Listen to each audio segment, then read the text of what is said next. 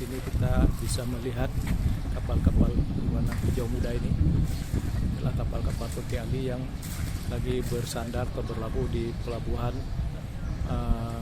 perikanan Samudra PPI Lampulau. Jadi di sini di kolam besar ini bagi ukuran kapal ikan milik Tukeali PT Sinar Desa, seorang lagi dengan Dea Mamplam Lepung lagi bersandar di sini. Ya, almarhum Tukeali dulu punya kapal sangat banyak, ada puluhan kapal miliknya.